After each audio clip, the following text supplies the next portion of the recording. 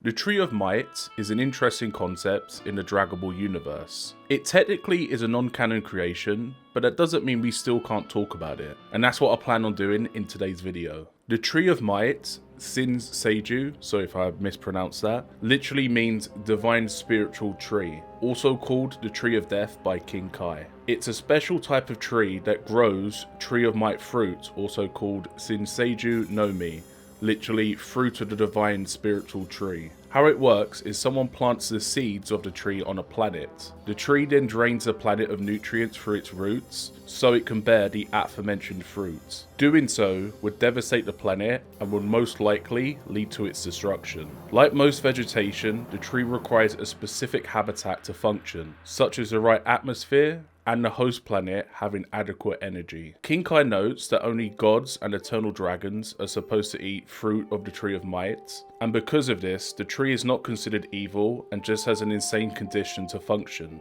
I personally would say that's an understatement, considering you need to essentially sacrifice a whole world to bear fruit. It's also important to note that few planets, if any, could host a Tree of Might without it destroying them. Now, let's talk about the fruits of all this labour. The fruit is spiky and orange in appearance. It closely resembles durian and lychee fruits. When someone eats this fruit, it gives them a huge increase in power, and this increase isn't temporary either, it's a permanent increase. They get more muscle mass, taller as the body normalizes the increase in mass. All this with no penalty loss to speed. During Turles' fight with Goku, after eating the fruit, Turles' power increased by more than 15 times his original power. Eating 3 of these fruit in a small amount of time is a very bad idea, as this could give the opposite outcome, such as seriously damaging the body and actually weakening it. Apparently, extract from the tree can be used to bring back people from the dead,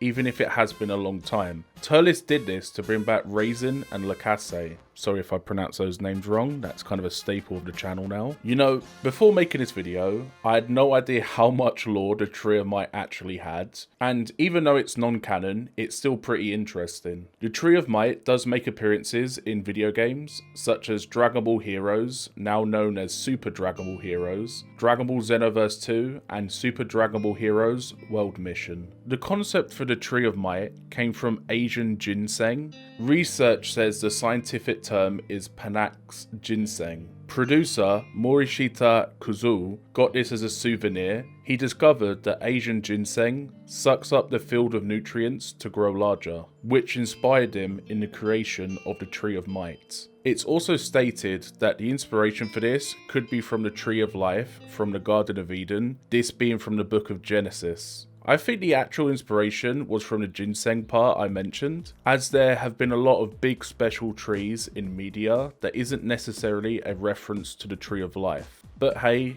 maybe I'm wrong. But what I hope I'm not wrong on is if you enjoyed today's video. If I'm correct, you could consider liking the video to encourage me making more, and as always, until next time.